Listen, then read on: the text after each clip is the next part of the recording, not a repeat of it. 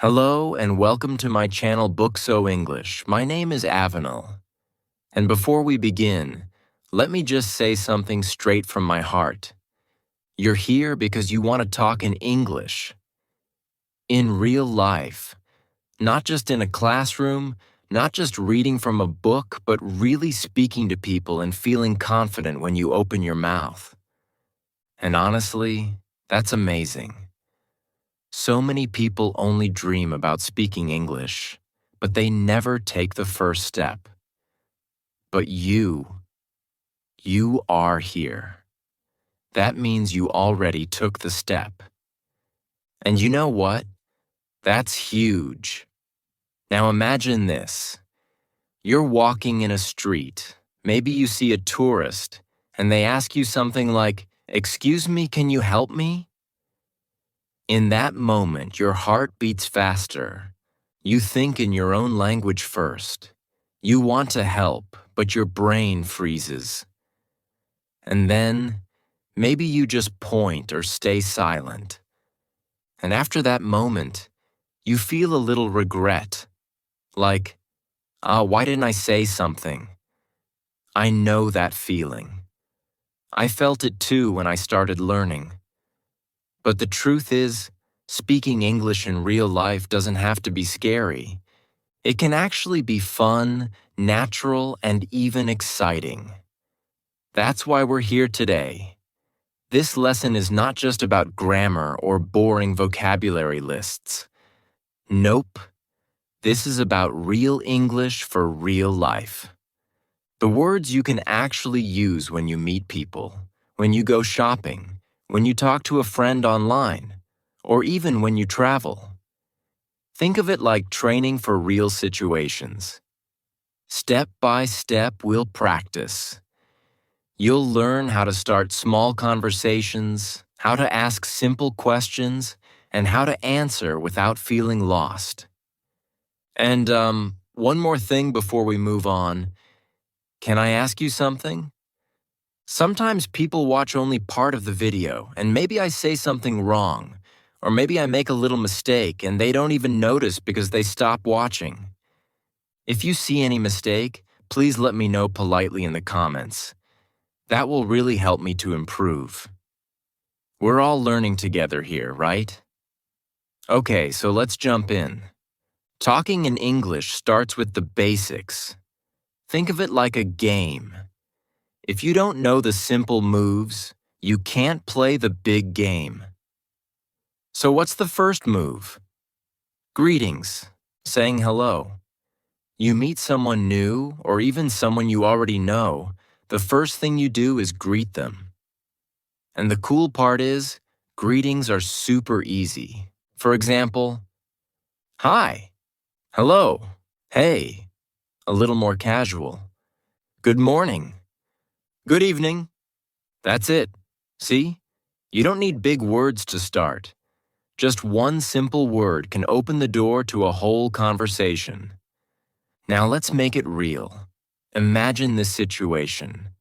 You're in a coffee shop. You see someone you kinda know, maybe a classmate. You don't need to say a long sentence. Just look at them, smile a little, and say, "Hey." That's it. Simple, natural. But here's the trick. Don't just learn the words. Learn how to say them with feeling.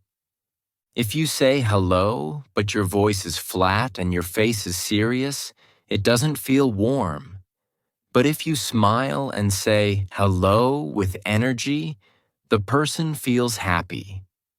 So speaking English is not only about words, it's about your tone, your face, your body.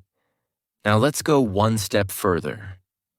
After greetings, the next important thing is introductions. You see, in real life, people want to know your name. They want to know a little about you. And you can do this with just a few simple sentences.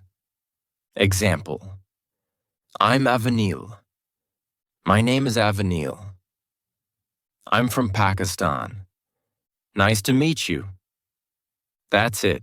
You don't need to tell your life story. Just keep it short and friendly.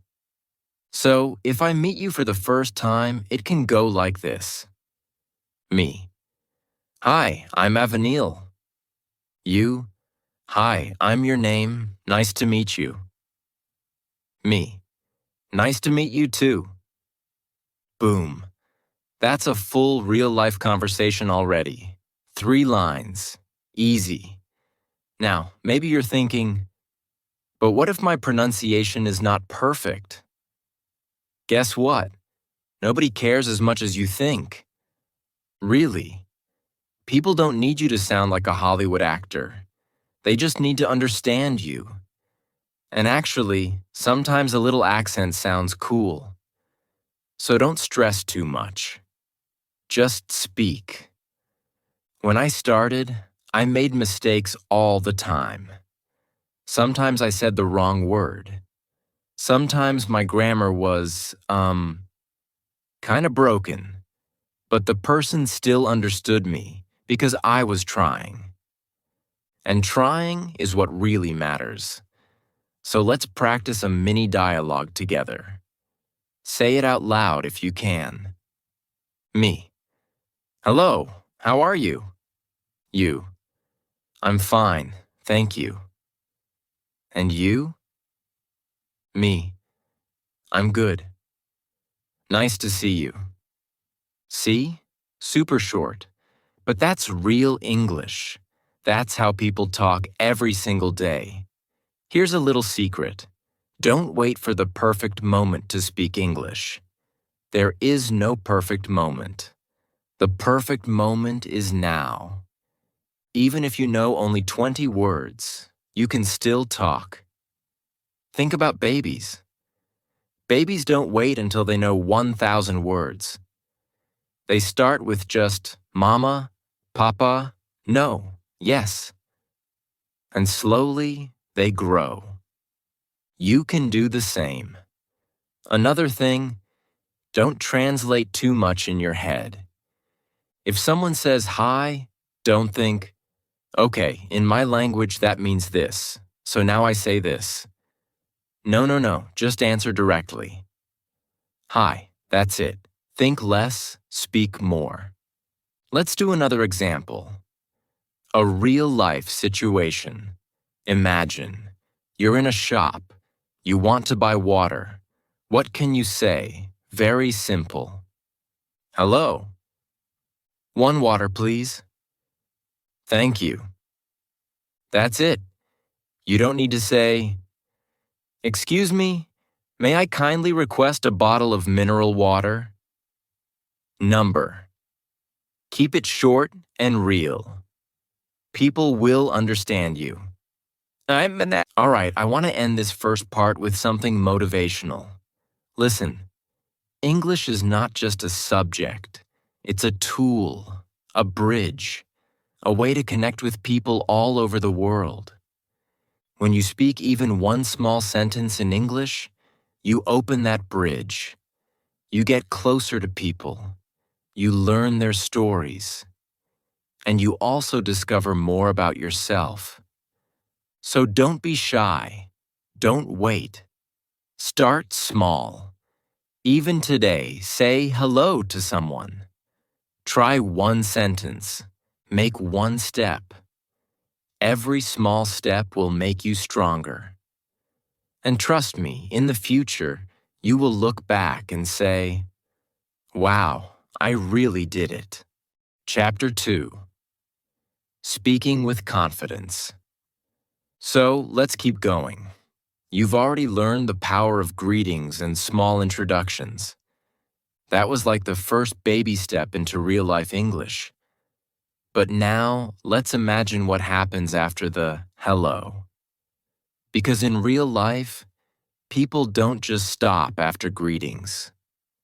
They ask questions, they answer, they laugh, they react. And this is where a lot of learners start to panic. You know that feeling when someone says something in English and suddenly it's like your brain switches off. You hear sounds, but they don't make sense, and then you just stand there smiling, pretending you understood. Yeah, I know that feeling too. It's normal. But the more you practice, the less it happens. One important thing you should remember is that confidence doesn't mean you never make mistakes. Confidence means you are not afraid of mistakes. Think about it like this. When you're riding a bicycle for the first time, you wobble, you fall, maybe you scratch your knee, but you get up and try again. And slowly, you ride without falling. Speaking English is the same. If you fall, meaning if you say something wrong, it's not the end of the world. You just keep going. People respect that. So how do we actually build this confidence? Well, the secret is not learning hundreds of new words every day. The secret is reusing simple words again and again until they feel natural. You don't need complicated vocabulary. You just need a small set of friendly words that you can actually say quickly without thinking too much. Words like yes, no, okay, really, wow, sorry, thank you. With these tiny words, you can already react in conversations and keep them alive. And that's what makes people feel like, oh, this person actually speaks. For example, someone might say to you, I went to the park yesterday. You don't need to reply with a long essay. You can just say, oh, really? Or wow, nice. That's English too. Real-life English isn't always about giving long speeches. Most of the time, it's just little back-and-forth moments. And honestly, those moments are what make conversations feel real. I want you to try something now. Say it out loud with me. Imagine I'm your friend. I say, hey, I watched a movie last night. You answer, oh, cool. Then I say, it was really funny. You say, haha, nice. See, that's already a conversation. Super short, super easy, but it feels natural. You're not silent, you're involved. And that's the goal. Another thing I want to remind you is, don't be afraid to ask people to repeat. Many beginners feel embarrassed to say, sorry, can you say that again? But trust me, it's normal. Even native speakers ask each other to repeat. Imagine two friends in America talking. One says something too fast. The other goes, huh? What did you say? It happens all the time. So if you don't understand, just smile and say, sorry, can you repeat that? People will be happy to help. Now let's paint a little picture. You're at a bus stop. Someone next to you says, the bus is late today. Maybe you didn't understand the whole sentence, but you catch the word bus. You think for a second, and then you say, yes, late. That's enough. You don't have to give a perfect grammar answer. Just show that you understood. And slowly, you'll be able to add more words, like, yes, bus is late today. And later, yes, the bus is late today. See how step by step it grows? That's how real learning works. Also, I want to talk about something important. Your body language. When you speak English, it's not only about the words. Your face, your hands, your tone. They all help you communicate. If you forget a word, you can point, you can smile, you can use your hands. Like if you don't know how to say pen, you can point to it and say, this, please, and people will understand. So don't lock yourself in your head thinking, I must know the exact word. Use everything you have. Words, gestures, even sound effects if you want. That's what humans do naturally. I remember when I first tried to speak with a tourist. My vocabulary was super small. I wanted to say, "There is a bank near the street," but I didn't know how to say it, so I just said, "Bank there." And I pointed with my hand. And guess what? The tourist understood. He said, "Oh, thank you." And I felt like I won a gold medal. That tiny success gave me so much energy to keep going. And I want you to feel that same success, even if it's just one word, one gesture. If the person understands you, you win. Sometimes, though, you'll meet people who speak very fast. And you'll think, "Oh no, I can't catch this." Don't panic. Just focus on catching the key words. Like if someone says, "Hey, do you want to come with us to the mall later?" Maybe you don't understand "come with us" or "later," but you hear mall. And from their face and body, you kind of guess the meaning. So you can answer with a smile. Yes or sorry, no. That's enough. You don't have to understand every single word. Even native speakers don't understand every word in life. They just guess from context. You can do the same. Now let me say this again because it's so important. Confidence is not about perfect grammar. It's about showing up, opening your mouth, and saying something. You see, people remember your effort, not your mistakes. If you say, "He go to school yesterday," people will still understand you. And in your next try, you'll say, "He went to school yesterday." It's a natural process. But if you stay silent because you're scared of grammar, then you don't practice at all. Silence doesn't help you improve. Mistakes do. And let's be real. Sometimes you'll feel nervous. Your hands might sweat. Your face might turn red. Your voice might shake. That's okay. I still feel nervous sometimes, even now. But the trick is, don't run away. Just breathe, smile a little, and keep talking. The nervous feeling will slowly go down. And every time you practice, the fear gets smaller and smaller. So here's a small challenge for you. Today, after this video, try to say one English sentence to someone. It doesn't matter if it's your friend, your brother, your teacher, or even yourself in the mirror. Just one sentence. Maybe, "Hello, how are you?" Or, "I am learning English." That's enough. Do it once today, then again tomorrow, then again the next day. And soon, it will feel like no big deal. Because honestly, speaking English in real life is not about being perfect. It's about being brave. And I know you have that bravery inside you. Otherwise, you wouldn't even be watching this right now. Chapter 3. Small Conversations, Big Steps. So imagine this. You're standing somewhere. Maybe outside school, maybe in a park, maybe waiting for a bus. Someone looks at you and smiles, and then they say something in English. It could be small, like "nice weather today," or "how's it going?" And in that moment, your brain starts racing.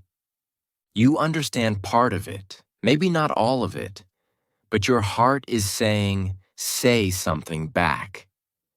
And then comes the silence. That silence feels heavy, like time is slowing down. I know, because I've been there. But here's the thing. You don't need long, smart sentences to keep that conversation alive. Even one or two simple words can carry you forward. That's how real-life English actually works. Think about the times you've listened to two native speakers talking. Sometimes they don't say full sentences either. One person says, "Tired?" The other says, "Yeah, kinda." Then they laugh. That's a full conversation already. Real English is often short, broken, and full of feelings instead of perfect grammar. When you realize this, you start to relax because you understand you don't have to sound like a dictionary. You just have to sound like yourself. Now picture this. You're meeting a new person. Maybe a classmate, maybe someone online. After the hello and name part, there's always this question. So what do you do? Or where are you from? These are natural small talk questions, and your answers don't have to be complicated. You can say, "I'm a student," or "I'm from Pakistan," or "I work in a shop." Done. That's it. And guess what? That answer is already enough to open the door to more questions. You see how small talk is like building blocks? One block, then another, and slowly you have a wall, or in this case, a conversation. But sometimes you might feel like your mind is blank. You want to say something, but nothing comes. What do you do then? Well, one trick is to keep a few easy, safe sentences ready in your head. Sentences like, "Oh, really?" or "That's nice." These are short, but they keep you in the game. They give you time to breathe, to think, to listen. And while you're saying them, you feel less stuck. Imagine someone tells you, "I have a dog." You can just smile and say, "Oh, really?" And then maybe add, "That's nice." You don't need to tell a long story about dogs. Just two small sentences, and the conversation keeps moving. Another thing that helps is asking simple questions back. People love to talk about themselves, so if someone says, "I like football," you don't need to answer with a long explanation about football rules. Just smile and say, "You like football?" and then they will continue talking. You're already part of the conversation, and you're practicing English at the same time. Let me share a small memory with you. When I was younger, I tried to practice English with a tourist. He asked me, "Do you live here?" And my brain froze for a second. I wanted to say something more, but all I managed was, "Yes, here."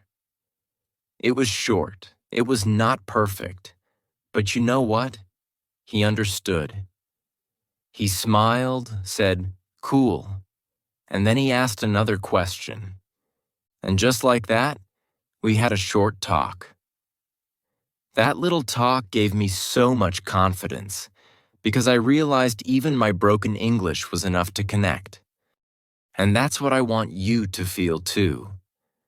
That you don't need to be perfect to have a real conversation. You just need to be brave enough to try. Something funny happens when you start these small conversations. At first, they feel like big mountains. You're scared, your heart beats fast, you're worried about mistakes. But once you actually speak, you realize, oh, that wasn't so bad. The mountain wasn't as tall as I thought, and every small talk you have makes the next one easier. Step by step, your fear turns into excitement. Instead of thinking, "Oh no, someone's talking to me in English," you start thinking, "Oh yes, this is my chance to practice." That shift in your mind is so powerful because it changes English from a scary subject into a fun challenge. Now let's talk about rhythm. Real-life English has a rhythm, kind of like music. Sometimes it's fast, sometimes slow, sometimes it pauses. You don't always need to speak fast to sound natural. In fact, short pauses make you sound more real. Think about it. When people talk, they often say, uh, well, you know. Those little pauses are normal, so don't feel like you must speak without stopping. It's okay to take a breath, to think, to say, That actually makes your English sound human, not robotic. I know many of you probably practice in your room, maybe in front of a mirror, maybe whispering to yourself. That's good. But don't stay only there. Try to bring your practice outside. Say hello to a shopkeeper in English. Say thank you to a bus driver. Send a short English text to a friend. These small actions may feel tiny, but each one is like a brick. And together, they build your fluency. One day, without even noticing, you'll realize you can have a whole conversation easily. Sometimes you'll meet people who are patient and friendly. They will listen, smile, and even help you find words. Other times, you'll meet people who are busy or not very kind. Don't let the second group stop you. Remember, their reaction is about them, not about you. You're still learning, still growing, still brave. Every word you say is progress, even if no one claps for you. And here's something I always tell myself. Every conversation, no matter how small, is practice. If I say just 2 sentences in English today, that's already better than yesterday. And if tomorrow I say 3 sentences, that's growth. Don't compare yourself to people on YouTube who speak perfectly or to classmates who are faster. Compare yourself to your own yesterday. That's the only fair comparison.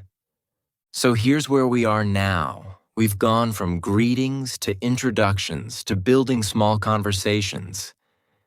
And slowly you can feel the change.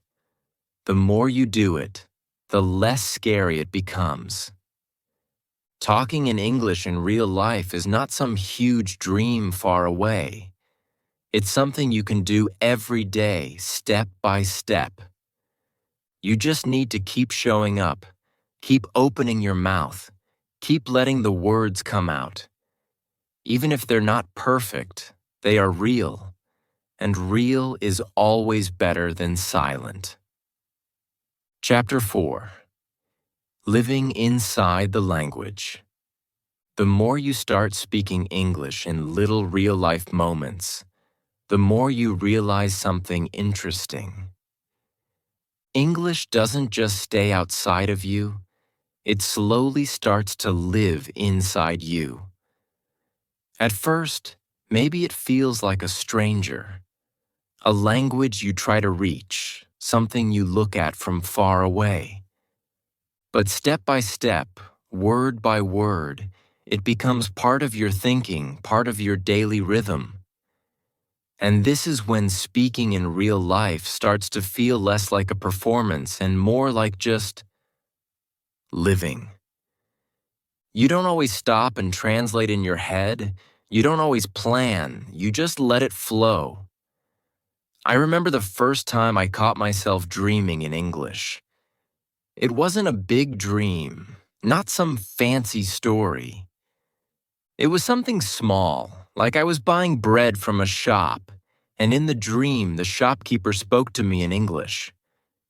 When I woke up, I laughed because it felt so strange, but also so cool. That's the moment I realized, oh, my brain is starting to accept this language as normal. And honestly, you will feel that too if you keep exposing yourself, if you keep practicing, if you keep daring to speak in real life even when it feels awkward. What usually happens is this. You begin by memorizing words. Then you try to put them into sentences. Then you try them in small conversations. And in those early days, you feel clumsy. Like you're carrying too many heavy bags and dropping them on the floor while everyone is watching. But later, without even noticing, your steps become lighter. You don't need to think about every little thing, you just move. That's the magic of practice. What was once heavy becomes natural. Now, one of the biggest fears people have is being judged. Maybe you felt it too. That voice in your head saying, "What if I say it wrong? What if they laugh? What if they think I'm stupid?" And you know what? That fear is strong, but it's also lying to you. Because most people don't care about your mistakes. They care about your effort. And if they do laugh, it's usually in a kind way, not a cruel one.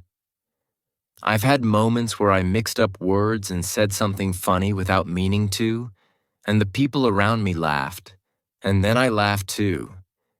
Instead of feeling embarrassed, I felt lighter, because that little mistake actually connected us. When you practice in real life, every situation becomes your classroom. The street, the shop, the bus, the cafe, even your own home if you decide to speak with friends or family in English for a few minutes. You don't need to wait for the perfect environment. The world around you is already enough. And the beauty is that every real situation teaches you something different. A shop teaches you how to ask politely. A friend teaches you how to joke. A stranger teaches you how to listen carefully. Bit by bit, all these small lessons build the confidence you're searching for. Sometimes, though, you'll face silence. You'll try to start a conversation, but the other person won't answer much. Maybe they're shy, maybe they're tired, maybe they just don't feel like talking. And that's okay. Don't let that stop you, because real life is like that too. Not every person is ready to chat. What matters is that you opened your mouth. You tried. You spoke. That's already a win. I also want you to notice how powerful your emotions are in learning. When you feel happy while speaking, the words stick better. When you laugh, when you smile, when you share something real, English doesn't feel like homework anymore. It feels alive. So don't only focus on serious practice. Allow yourself to have fun with it. Joke in English. Sing in English. Play with the words. Even making mistakes can be fun if you see them as part of the game instead of something to fear. One evening, I was walking with a friend who was also learning. We decided to only speak English for 1 hour. At first, it was so awkward. We kept stopping, saying, and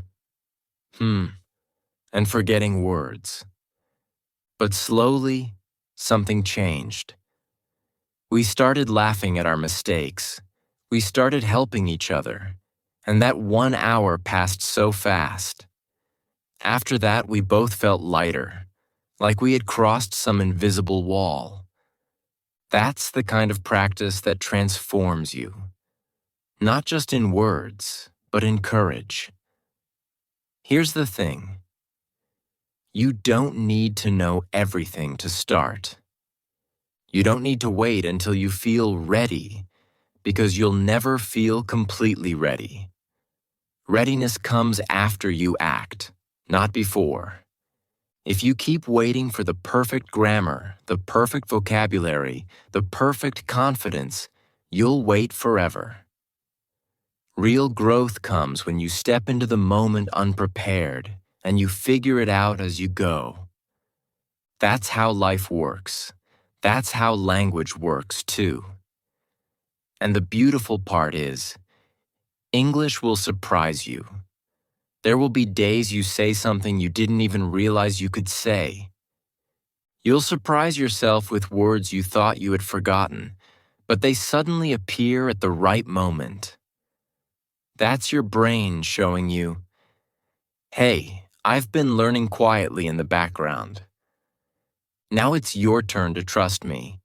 And those moments feel amazing because they prove that your hard work is paying off. So in this chapter, I want you to imagine yourself living inside English, not outside it. Imagine that English is not just a subject you study, but a part of your daily breathing. Every time you see a sign, read it. Every time you hear a word, repeat it. Every time you feel brave, speak it. Don't keep English locked inside notebooks or lessons. Bring it out into the world. Let it walk with you, sit with you, eat with you, laugh with you. That's how it becomes real. At the end of the day, English in real life is not about perfection. It's about connection. Every word you say is a bridge. Sometimes the bridge is short, sometimes it's long, sometimes it's shaky, but it always connects you to another human. And that connection, even for a few seconds, is more valuable than any grammar exercise. Because language was never just about rules. It was always about people, feelings, and stories. So step into the world with your English, even if it feels small, even if it feels broken. Step in with courage, with a smile, with an open heart. Because every time you do, you're not only learning a language, you're learning to trust yourself. And that lesson stays with you far longer than any textbook. Chapter 5. Living English Every Day. You know what? English is not just a subject you study in school. It's not just a book or a test or some boring rules. English is life. It's in the songs you listen to, the movies you watch, the games you play, and even in the small words you say to yourself. If you really want to grow, you have to live inside English. Not just 1 hour a week, but every single day in small ways. Think about this. You wake up in the morning. Instead of saying good morning in your language, say it in English. Look in the mirror and say, good morning, me. Let's have a good day. It feels a little funny, but it works. You start your day with English. You train your brain slowly, like giving it breakfast. Now picture yourself walking outside. You see a dog. Instead of saying kuta or pero or whatever your language word is, you whisper to yourself, dog. Then you see a car. You say car. You see a tree. You say tree. This is simple but very powerful because you are teaching your brain to connect English with real life, not translation. Honestly, this is how kids learn. They don't study grammar books. They look, they listen, they copy, and you can do the same. Talk to yourself. It's not crazy. It's practice. You don't need anyone else around. Just you and your English voice. Now let's imagine your evening. You are cooking dinner. Instead of thinking in your language, try thinking in English. Say, I cut the tomato. I wash the rice. I make tea. These are simple sentences, but when you repeat them daily, your brain starts to think faster. Suddenly, you are not just studying English. You are living in English. Another secret: music. Play English songs, even if you don't understand all the words. Listen to the rhythm, the sound, the feeling. Try to sing one line. Even if your voice is not perfect, who cares? It's practice. And slowly, your ear gets sharper. You hear more words. You understand more. And one day, you surprise yourself. Wow, I know this line. And don't forget movies. But here's the trick. Don't watch with your language subtitles. Watch with English subtitles. At first it's hard. Your eyes run fast. Your brain gets tired. But keep going. Slowly it becomes easier. You read, you hear, and your brain connects the sound with the text. That's powerful learning. But the most important part? Enjoy the process. Don't push too hard. Don't punish yourself for mistakes. Don't say, "Oh no, I'm bad at English." Say, "I'm learning, I'm growing, I'm on the way." Every small step matters. 1 word today, 2 words tomorrow, 3 words the next day. It builds up like bricks in a house, one by one, until the house is strong. And let me tell you something real. People respect you when you try. Even if you are not perfect, they see your effort. They see your courage. They see your smile. That's more important than perfect grammar. Honestly, grammar can wait. Confidence cannot. Confidence is now. So, here's your final challenge.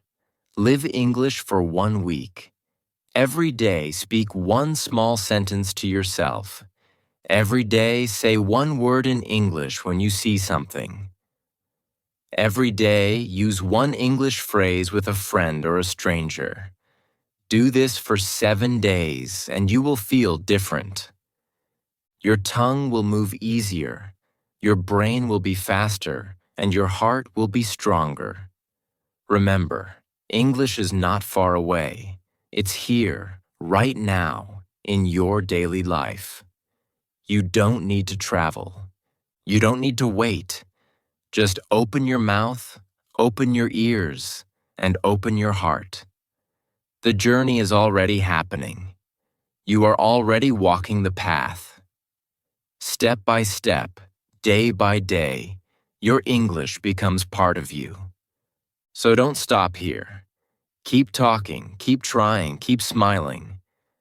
And most of all, live English, don't just study it. That's the secret to real-life English.